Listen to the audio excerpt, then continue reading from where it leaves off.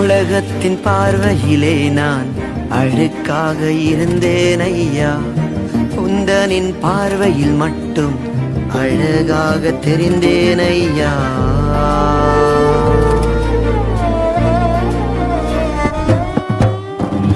உலகத்தின் பார்வையிலே நான் அழுக்காக இருந்தேன் ஐயா, உந்தனின் பார்வையில் மட்டும் அழகாக தெரிந்தேன் ஐயா.